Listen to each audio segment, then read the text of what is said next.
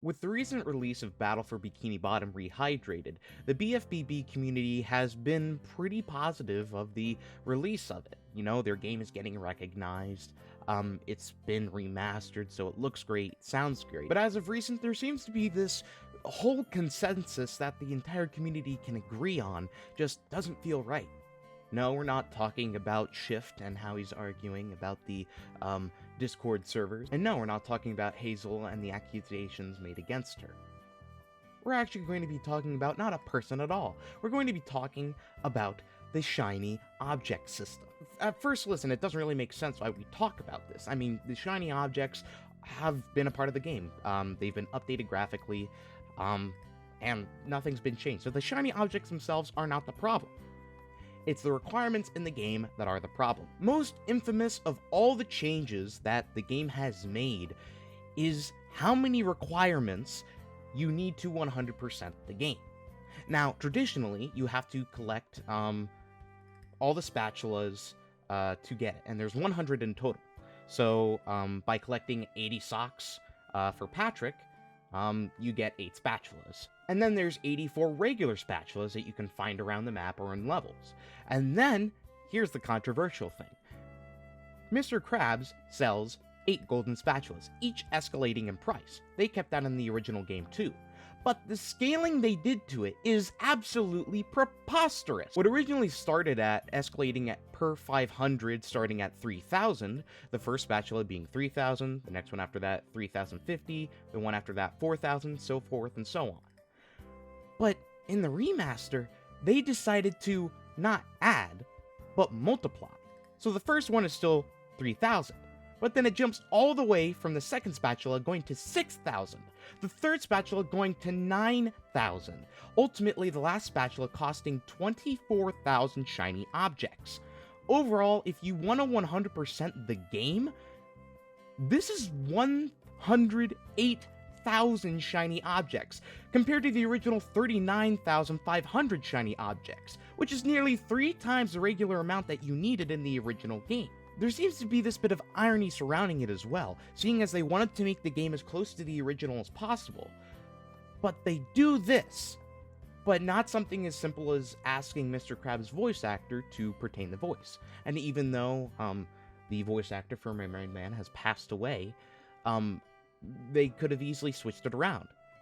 Because everyone knows how infamously bad Mr. Krabs and Mermaid Man's voice actors are. Dear God, they're awful. But if you're going to make monumentous changes that not are only affecting the speedrunning sense of Battle for Bikini Bottom, but the regular play for Battle of Bikini Bottom, you're doing something wrong. Another very large point of contention is also the 40,000 shiny object requirement to get into the theater. Now, this, again, is a very large feat, but it's not impossible. In fact, I didn't know what I was getting into. I had 40,000 at the time. I thought, hey, why not? I'll pay it and go in. You want to know what's in the theater? Do you actually want to know what's in the theater? Spoiler alert, here it comes.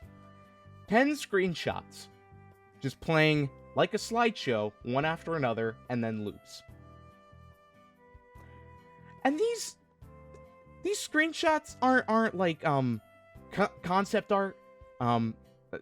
They're not trailers that you can watch. They're not cutscenes that you can rewatch from the game. No, they are 10 specific screenshots taken throughout the regular course of the game, somehow at a lower quality. This is 4,000 shiny objects per image, and it shows. It shows this sort of mentality like they're messing with us. Because, okay, let's take, for example, Castlevania. In the buying system, you can save a lot of gold in certain games like Dawn of Sorrow or Portrait of Ruin. And there can be items that cost a lot of cash. And then once you buy it, it's like a joke item. And it seems like, oh, haha, I lost, and then you reset the save.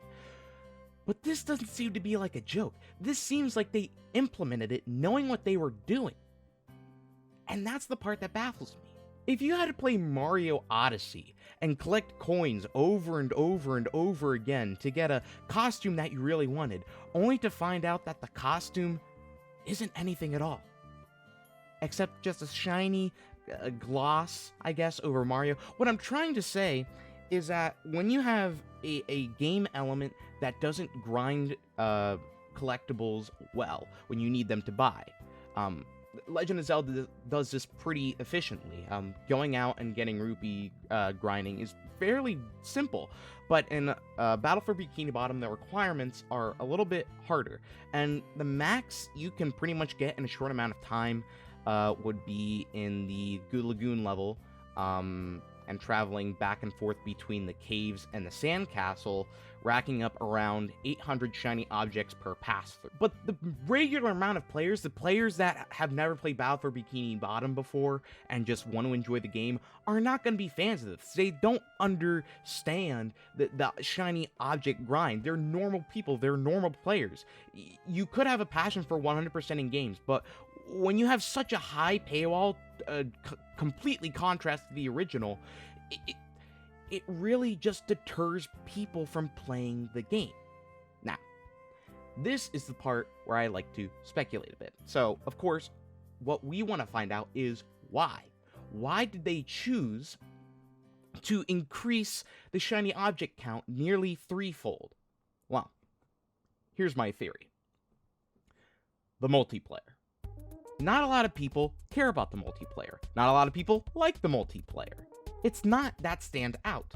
Granted, they did make the model for Robo Squidward, and they did implement new characters, but they don't have any new movesets. They have a ground pound, they have a regular attack, and they can move around.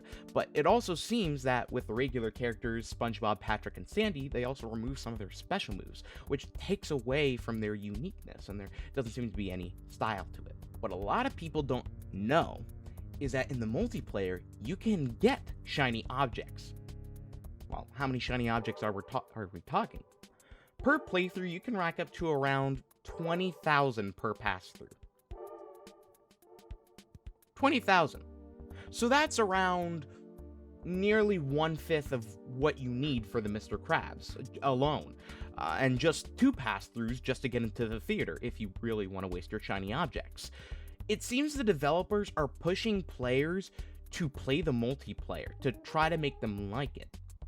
But when it seems like it's a tacked-on game mode that no one seems to have fun with, you're forcing players into a situation where they're not going to enjoy the experience just to 100% the game. You're tormenting these people with like OCD that love 100% in games, only for the developers to just go, well, I mean, you could collect them at a very slow rate, or you could play our multiplayer that's, very half-assed. Now, granted, it looks great, but that goes with the rest of the game. What I'm trying to say is that there has been a lot of care put into this game. There's been an insurmountable amount of care put into this.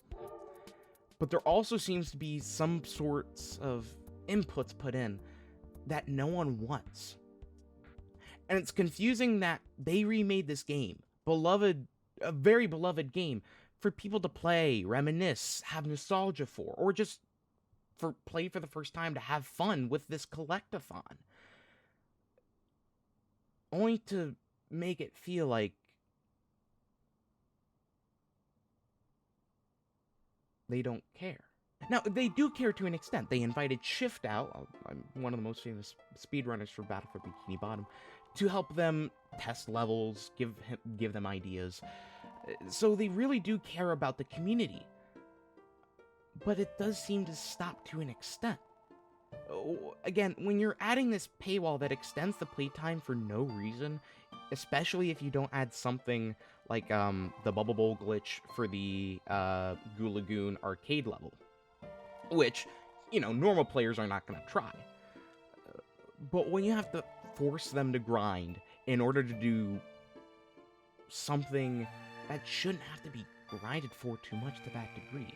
I'm not saying that through one whole playthrough of every single level through natural progression you should have enough. Granted, there should be some small grinding, but not to the point where you're grinding over 108 1,000 shiny objects. And by the way, SpongeBob can only carry 99,000 shiny objects. I really do hope they address this, or fix this, or do something to make it seem like they do care. Because they obviously do.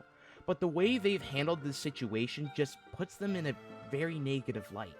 Whether you're a speedrunner, or just someone who wants to play a regular game, a collectathon, that is fun to an extent. Hopefully they do rectify this, especially something like the theater, which, again, something as simple as just adding the cutscenes that you've already watched in-game so you could rewatch them, instead of 10 lazily put in screenshots already in the bundle for no reason at all. Again, it's reasons like these that I don't want to entirely blame Purple Lamp or any other people that directed the game, but rather maybe Nickelodeon or some other corporate entity that had some control over the process. But for something as small as upping the shiny count, forcing players to possibly play the multiplayer if they want to get the shiny objects fast enough, it's a deterrent.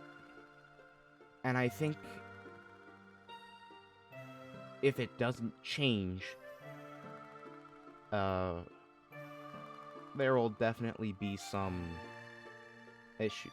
So hopefully in the next patch, if they do make a next patch, they better, they will slightly lower it, or do something to rectify this, and maybe add a multiplier system, which they already do, like comboing tikis, but something more to make it not feel like we're wasting time. Now granted, I implore you to pick up this game. It's a very good game. It's a very fun collectathon. A lot of the original voice actors from the TV show are in, and they do put their full effort in. The music is wonderful. It looks great. But it's these small setbacks that really don't want to make me give it a 10 out of 10, a 9 out of 10, an 8 out of 10. It makes me want to put it at a 7 out of 10. I don't know. It just doesn't sit right with me. And I don't think it sits right with a lot of BFBB players, new or old. And let me clarify. I do not want to pinpoint people. I do not want to blame people. I just want to understand. That's what I'm pretty sure all the players want to do. They want to understand why this change was made. And once they address it, maybe rectify it, or at least just to very much explain it, not change it, but at least we would know. There would be some progress. So in conclusion, the game isn't perfect. There are some glaring issues that players have recognized and are recognizing, and people want it to change. If they do not change, we at least expect a little bit of explanation.